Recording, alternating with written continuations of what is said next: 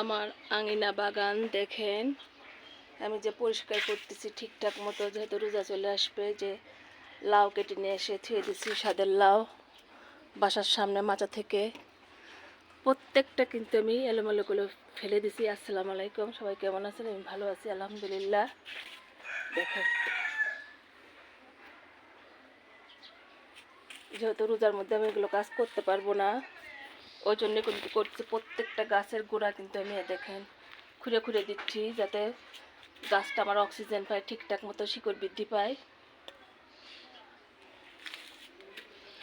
প্রত্যেকটা কাজ যে উল্টা পাল্টা করতে হয় গাছের, সেটা আমি করে থাকি। আর এই পাতাগুলো এভাবে সবাই চিমটি কেটে ফেলে দিবেন, তাহলে গাছের জন্য অনেক ভালো হবে।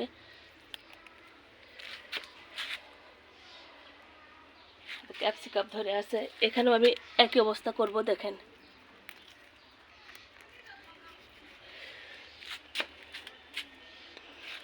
আলহামদুলিল্লাহ স্ট্রবেরি গাছে স্ট্রবেরি আমার পেকে যাচ্ছে।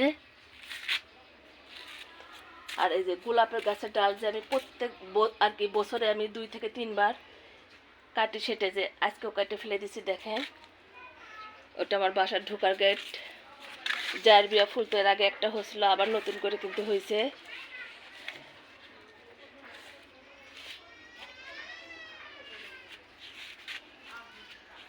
এটা কিন্তু আমার আঙিনা বাগান। টমেটোগুলো পাততে হবে, বাসায় কিন্তু আমি ছিলাম না। অনেক পেকে গেছে মাশাল্লাহ, দেখেন কত পেকে গেছে।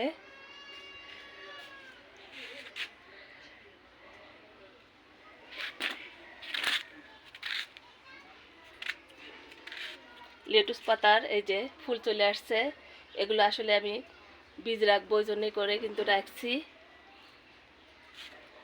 সবাই ভালো থাকেন, সুস্থ থাকেন, আল্লাহ হাফেজ।